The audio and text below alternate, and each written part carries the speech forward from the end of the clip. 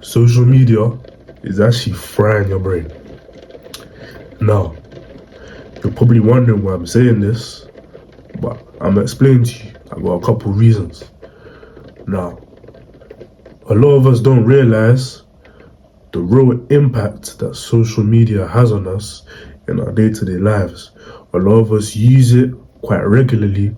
A lot of us use it to just do basic things, but a lot of us also use it in times where we really shouldn't be using it because of the impact it has on us as humans.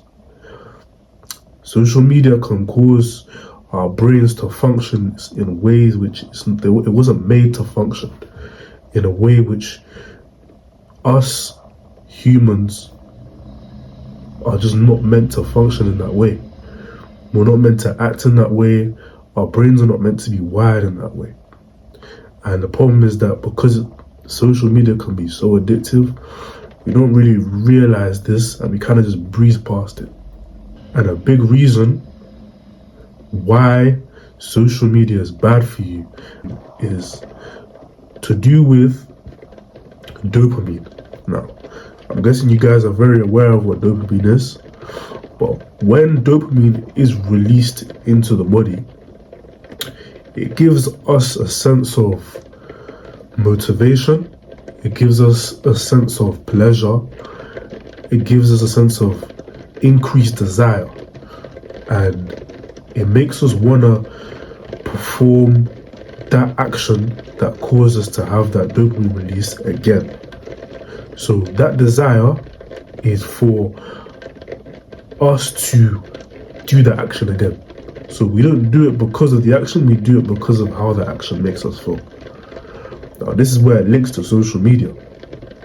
When you're scrolling on social media, you might not realize this, but when you're on Instagram Reels, when you're on TikTok, and let's say, for example, you see you're scrolling and you haven't really seen anything interesting so far, but bang, you see a really funny video or you see a really interesting video that spikes up your dopamine. Now, what your brain is going to do is say, oh, that content just caused a really large dopamine release into my body. I want this again. So you're going to crave for that feeling again, if you understand what I mean. So you're going to keep on scrolling until you get another video which pops up on your screen that gives you another dopamine release like that. The problem is, after a while, you end up just scrolling and scrolling and scrolling in hope for that dopamine release again. The problem is also that your dopamine receptors, as you're doing this, are actually getting fried. They're getting fried every time you're doing this because just your brain is becoming so attached to, this is the only way I can get a dopamine release. This is the only way I can feel pleasure. This is the only way I can feel a sense of readiness or increased motivation to see another TikTok, to see another video. And the problem is with this is the fact that it's not the fact that you're having a dopamine release, but it's the fact of the type of dopamine release that you're having. There's two types of dopamine. There is cheap dopamine and there is good dopamine.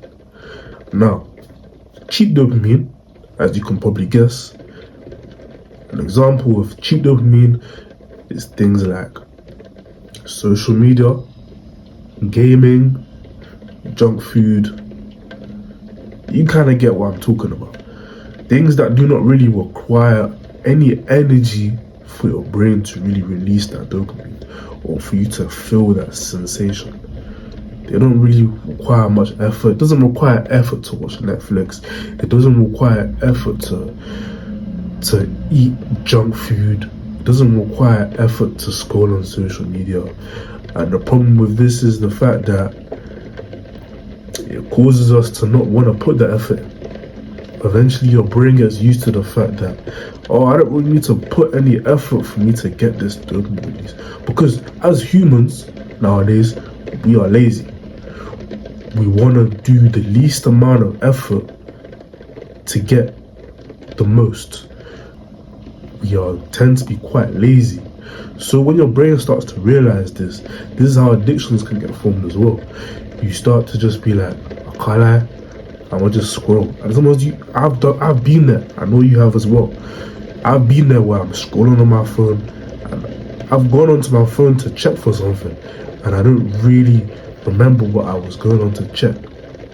Now, examples of good dopamine are things like exercising, getting out there, doing some exercise, getting active, doing that schoolwork that you're meant to do, handling that essay. Those are examples of good dopamine. Things that required you to put some sort of effort to be able to achieve. Maybe starting an online business. You have to put some sort of effort for you to achieve that thing.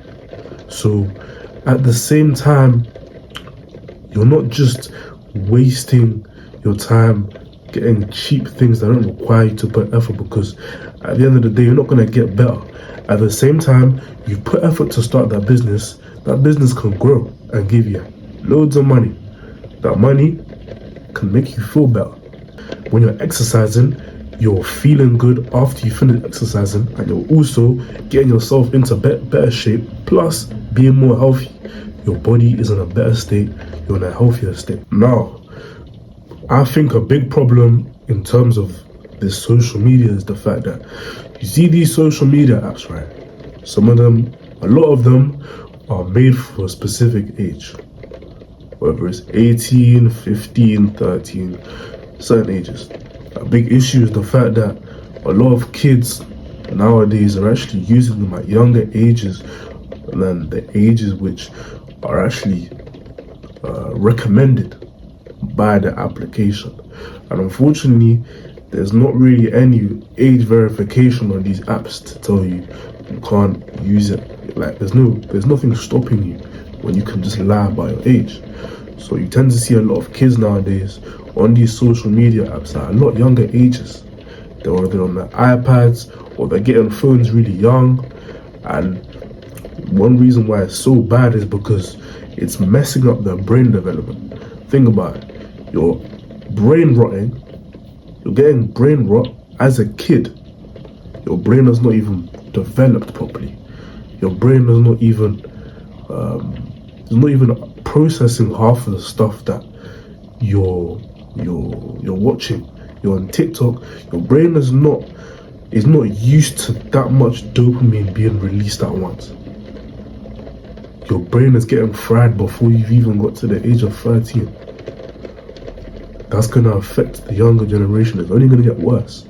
Younger. As humans, we were not made to be on social media every day. We were not made to eat junk food every day. We were meant to be outside socializing with our people, talking with each other. Because back in the days, there was no social media. There was no phone. There have been benefits, and there's also been a lot of negatives that have come with the internet, social media nowadays.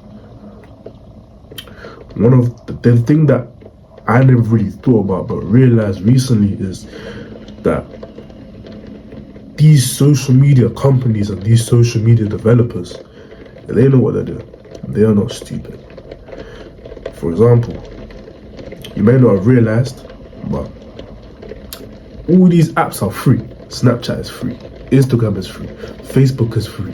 TikTok is free. Right? Don't you ever think, why is it free? Why is there no paid form of this app? All these apps are free because when the app is free, it gives these companies the largest audience possible to manipulate.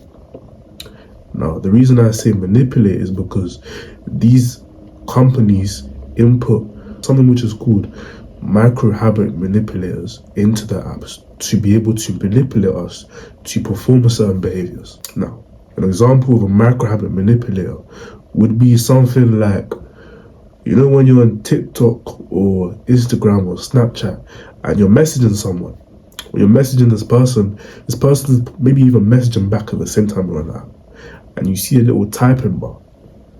It causes us to wait. We want to see, we're eager to see what that person is about to say. And a lot of the time, you check the apps, you'll see that typing bar is actually a different color to the rest of that section of the app. For example, if the rest of the section of the app is white, that typing bar will be black. They make it so it stands out. When you're waiting for this person, you're spending more time on that app, therefore giving these companies more money. Another example of a manipulator that is on these apps are things like followers. Followers, the reason why followers are a form of manipulators is because I know when I was younger, I don't know if it's still the same, but having a big following was a really big thing. And a lot of people used to fight and be like, oh, I got more followers than you. No, I have more followers than you. Let's see who get the most followers. This, that. Now that causes you to post more, interact with the app more, spend more time on the app so you can keep checking other people's followers, get more followers, cause them to get more money. All these features are used to create more money for these companies. These companies don't care about you. They don't care about your health, your mental health, your physical health, your brain health. They don't care about that stuff. All they care about is making that money. All they care about is making that bread. Because if they did care, they wouldn't make these apps like that. Us as humans on these apps, we actually use two forms of currencies. Now, when I talk about currencies, I'm not talking about physical money, cash, none of that. The two currencies that we use are time and data. Now, the way that we use our time is by spending the time on the app. And spending our time on the app is giving these companies money. The more time we spend, the more money they get. Simple as that. Now, the way that we use our data is by every time we go on these apps, I like a post, I follow an account, I repost something, we are actually telling these companies what we want to see on our pages. For example, your For You page, you might not have realized, but it's actually tailored to what you like. Your For You page only has stuff which you like and which the algorithm or the social media app thinks you're gonna like. That's how it's programmed. So by doing this, by putting things that these companies think we're gonna like, it's gonna cause us to spend more time on the app. And we're only playing into this. And at the end of the day, it's our choice. Now, we have two choices, and we have a choice to do this or we don't do this. We have free will. We need to make better decisions. At the end of the day, we're actually selling this to these apps. We are selling our data, we're selling our time. And to a certain extent, it's our fault because we have full choice over what we do. We are choosing to spend time on these apps. We are choosing to spend time on TikTok, spend time on Instagram. And I think it's our fault. You can't get mad. Some people would say we're actually being robbed. But no, the reason I say we're not being robbed is because we choose to do this at the end of the day. So we need to sit down and make the right decisions. Start thinking about what is it that we want to do. Do we want to be giving these companies all our money, all our time, all our data? Or do you want to do something a lot more productive? Because I know which one I would prefer to do. Of course, I can stand up and say, I know I've been there, where I've been addicted to my phone, I'm scrolling, and I'm getting better. I'm still a bit there. I'm getting better though. But I can be honest. We have to be honest with ourselves to make that first step. Because I know a lot of you guys are probably in that position as well. At the end of the day, I hope you liked the video. Hope you guys enjoyed it and you guys learned something. And if you did, I'd appreciate if you could like the video, subscribe to the channel. And yeah, hope you guys have a good rest of your day.